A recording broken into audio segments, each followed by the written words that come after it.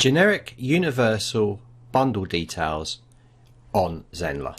From the course dashboard, go to courses, go into the bundle, and on this page, once you click a course, you'll find some generic settings that do not change even when you go across to the tabs.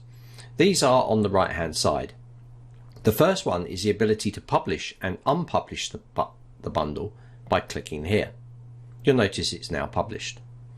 We can also unpublish it by clicking here.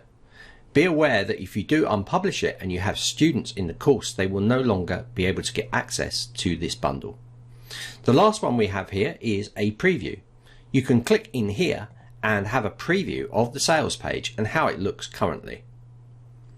The next one is the bundle access page as a student. Again, if you click this, you'll go into this page.